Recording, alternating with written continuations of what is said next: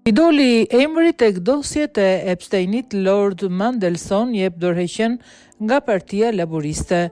Lord Mandelson ka dhënë dorëheqjen nga antarësimi i Partisë Laboriste duke deklaruar se nuk dëshiron të dëmtojë më tej reputacionin e partisë për shkak të lidhjeve të tij të mëparshme me Jeffrey Epstein, pedofili i dënuar dhe financier amerikan. Lajmi është raportuar nga BBC pas publikimit të dokumentave të reja nga Departamenti Amerikan i Drejtësisë. Në dosjet e publikuara, emri i Mandelson përmendet në lidhje me 3 pagesa financiare prej $25,000 secila të kryera nga Epstein gjatë viteve 2003 dhe 2004.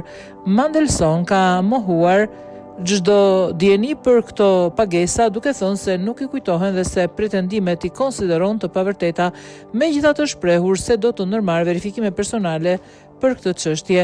Në letrën e dorëheqjes drejtuar Partisë Laboriste, ish zyrtar i lartë laborist ka shprehur keqardhje të thellë për marrëdhënien e tij me Epstein, duke kërkuar falje veçanërisht ndaj grave dhe vajzave, zërat e cilave sipas tij nuk u dëgjua në kohën e duhur. Ai theksoi se vendimi për t'u larguar është marrë për të mbrojtur interesin e partisë.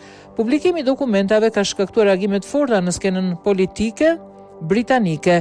Deputet nga radhët e laboristëve kanë cilësuar dorëheqjen si një hap të nevojshëm, ndërsa opozita konservatore ka kritikuar kryeministrin Keir Starmer duke pretenduar se duhet të kishte vepruar më herët.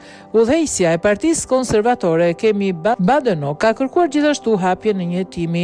Lord Mandelson, i cili ka mbajtur poste të rëndësishme në qeveritë laboriste dhe ka shërbyer si ambasador i Mbretërisë së Bashkuar në Shtetet e Bashkuara të Amerikës, u largua nga posti diplomatik vitin e kaluar pikërisht për shkak të lidhjeve të tij me Epstein.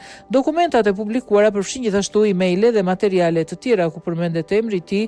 Megjithatë, autoritetet amerikane kanë sqaruar se përfshirja në dosje nuk përbën automatikisht provë për ndonjë shkelje penale. Jeffrey Epstein ndiq në burg në vitin 2019, ndërsa priste gjyqin për akuza për trafikim seksual.